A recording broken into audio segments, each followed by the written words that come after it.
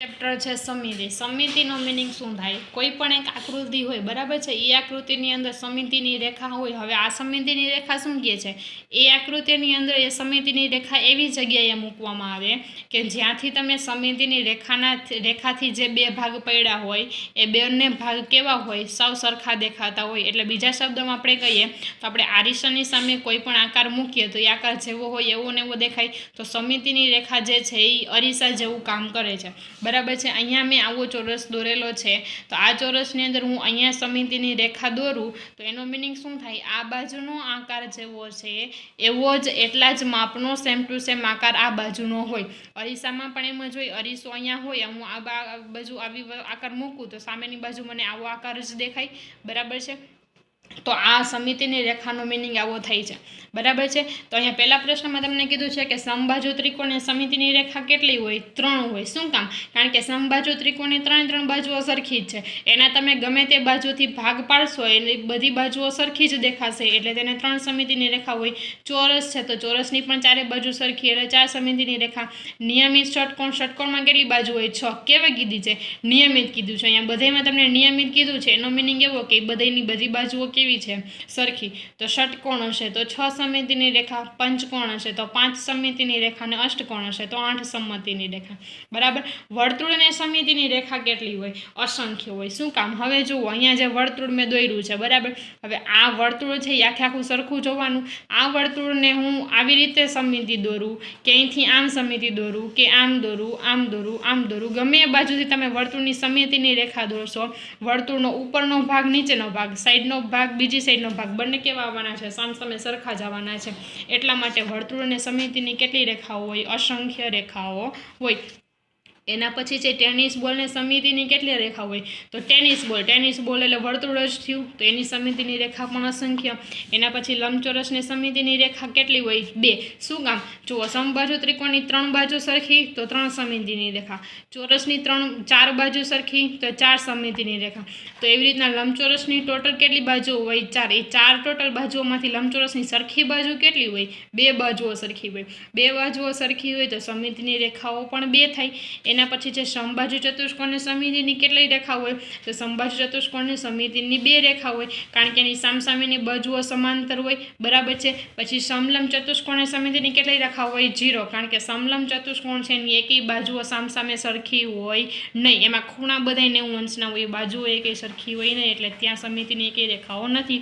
પછી ચતુષ્કોણની સમિતિની કેટલી રેખા હોય? 0. હવે ચતુષ્કોણની સમિતિની 0 રેખા શું કામ હોય? કારણ કે અહીંયા કયો ચતુષ્કોણ છે આપણે નિશ્ચિત કીધેલું નથી, એટલા માટે અહીંયા આપણે ચતુષ્કોણની સમિતિની રેખા કેટલી લખેલી છે? 0. એના પછી છે વિષમબાજુ ત્રિકોણ. વિષમબાજુ ત્રિકોણની એકેય બાજુઓ સરખી હોય નહીં, એકેય બાજુઓ સરખી ન હોય, એટલા માટે સમિતિની રેખા પણ 0.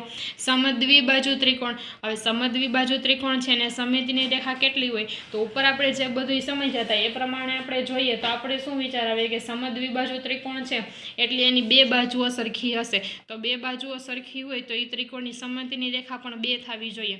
પણ સમદ્વિબાજુ ત્રિકોણ એક એવું અપવાદરૂપ છે કે એમાં સમિતિની રેખા સરખી બાજુઓ જેટલી ન આવે, એક જ આવે. શું કામ? હવે અહીંયા મેં સમદ્વિબાજુ ત્રિકોણ મેં દોર્યું, બરાબર. આ સમદ્વિબાજુ ત્રિકોણની અંદર આ 2 બાજુઓ સરખી છે, તો હું જ્યારે અહીંથી સમિતિની રેખા દોરીશ ત્યારે આ બંને વિભાગ કેવા આવશે? સરખા આવશે. પણ જો હું આ ખૂણામાંથી સમિતિની રેખા દોરું છું તો આ બાજુ અને આ બાજુ બંને સરખી તો નથી. હું આ ખૂણામાંથી સમિતિની રેખા દોરું છું તો આ બાજુ ને આ બાજુ તો સરખી નથી. ખાલી આ એક જ ખૂણામાંથી હું સમિતિની રેખા દોરીશ તો આ બંને ભાગ મને સરખા મળશે, બરાબર. એટલા માટે સમદ્વિબાજુ ત્રિકોણમાં સમિતિની રેખા કેટલી હોય છે? એક જ હોય છે. પછીનો ક્વેશ્ચન, ખાલી જગ્યાને એક જ સમિતિની રેખા હોય છે તો એના જવાબમાં શું આવશે? અર્ધવર્તુળ. અર્ધવર્તુળ આપણે દોરેલું છે, બરાબર છે. અર્ધવર્તુળના વચ્ચેથી તમે ભાગ કરો તો જે બે સરખા દેખાય, આમ ત્રાસો ભાગ કરું તો આ મોટો ભાગ થઈ જાય, આ નાનો ભાગ થઈ જાય, બરાબર. એટલે અર્ધવર્તુળની સમિતિની રેખા કેટલી હોય? એક જ. 15મા પ્રશ્નમાં તમને શું કીધું છે? આકૃતિની અંદર તમને કાણા આપેલા છે, એ કાણાનો ઉપયોગ કરીને તમારે એવી રીતના સમિતિની રેખા છે એ બનાવવાની છે કે જેથી બંને બાજુના આકાર હોય બંને બાજુના આકાર સરખા થાય, બરાબર છે. તો અહીંયા કાણું છે ને અહીંયા કાણું છે. હવે જુઓ, અહીંયા આપણે સમિતિની રેખા દોરી એટલે આ બાજુનો આકાર આ બાજુનો આકાર બંને સરખા થઈ ગયા, આ બંને કાણા સરખા આવી ગયા. હવે અહીંયા આવી રીતે સમિતિની રેખા દોરેલી છે એટલે આપણે આમ ભેગું કરીએ તો સામસામે આમ ભેગું થઈ જાય, એટલે આ બંને કાણા ભેગા થઈ જાય, આ બંને કાણા ભેગા થઈ જાય. અહીંયા અહીંયા આવી રીતે સમિતિની રેખા દોરી એટલે આકારને આમ વાળશું તો બંને કાણા ભેગા થઈ જશે. તો એવી રીતના જેટલી બધી આકૃતિ આપેલી છે એટલી બધી આકૃતિમાં આપણે એવી રીતના સમિતિની રેખા દોરવાની છે કે સામસામેના બંને કાણા છે એ સરખા થઈ જાય. અહીંયા વર્તુળમાં તમને આવી રીતના કાણા આપેલા છે તો તમે આમ ઊભી સમિતિની રેખા દોરો તો પણ ચાલે, આમ દોરો તો પણ ચાલે. બરાબર. 16મા ક્વેશ્ચનની અંદર તમને શું કીધું છે? 16મા ક્વેશ્ચનમાં તમને એવું કીધું છે કે આકૃતિ આપેલી છે, બરાબર છે. એ આકૃતિમાં તમને સમિતિની રેખા પણ આપેલી છે, એક કાણું પણ આપેલું છે. તો બીજા કાણા ક્યાં આવશે એ તમારે કહેવાનું. હવે જો આકૃતિની અંદર તમને આ આપેલું છે અને અહીંયા કાણું છે, તો હવે આમાં અહીંયા કાણું હોય તો આ આકારને આવી રીતે આમ ભેગું કરો તો સામેનું કાણું ક્યાં આવે? અહીંયા. આ આકારમાં કાણું અહીંયા છે તો એની સામે જ અહીંયા કાણું આવશે.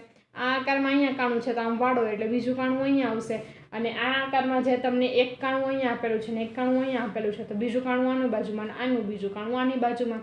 હવે 17મા પ્રશ્નમાં તમને સમિતિની રેખા આપેલી છે ને એક બાજુનો આકાર આપેલો છે. એટલે કે આપણે અરીસાની સામે કોઈ પણ વસ્તુ રાખીએ તો અરીસાની જે આખી સપાટી હોય સપાટીને એક બાજુનો આકાર આપણે ખબર હોય તો બીજો આકાર કેવો દેખાય આપણે લખવાનું છે, દોરવાનું છે. બરાબર છે.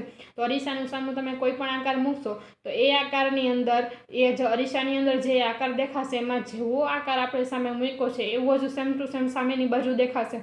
તો અહીંયા પણ આપણે એ જ વસ્તુ કરવાની છે. તમને સમિતિની રેખાની એક બાજુ જેવો આકાર દોરીને આપેલો હોય, જેટલા માપનો દોરેલો આપેલો હોય એવો જ સેમ આકાર તમારે સામેની બાજુ બનાવી દેવાનો. અહીંયા આપણે આકાર બનાવીએ તો આ જ્યાં ખૂણો હોય ત્યાં જ આ ખૂણો આવવો જોઈએ.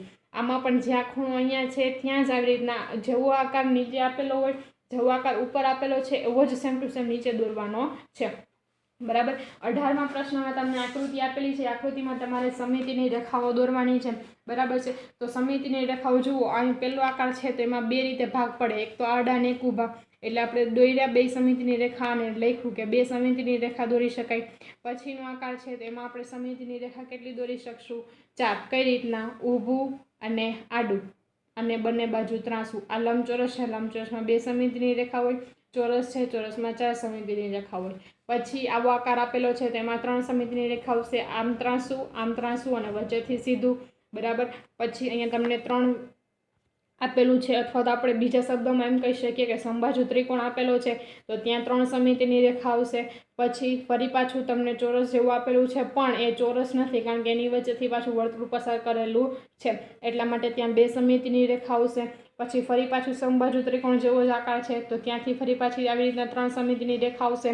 અને એના પછીનો આકાર છે એ ચતુષ્કોણ એટલે એમાં સમિતિની રેખા 2. બરાબર. તો અહીંયા તમને જેટલા આકાર આપેલા છે એટલા બધા આકારમાં તમને જેવી રીતના સમિતિની રેખા દોરીને આપેલી છે એવી રીતના તમારે બધી સમિતિની રેખા દોરવાની છે અને નીચે તમારે લખવાનું છે કે ભાઈ આટલી સમિતિની રેખા દોરી શકાય.